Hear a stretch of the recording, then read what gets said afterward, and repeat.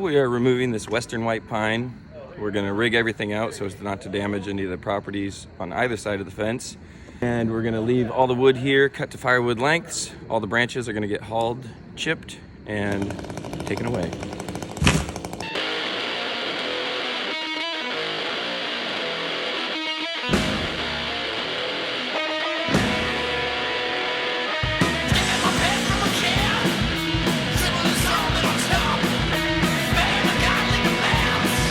Bigger limbs, rather than just chucking them and hoping they land where they're supposed to, I tied on the rigging line and he brings it up there.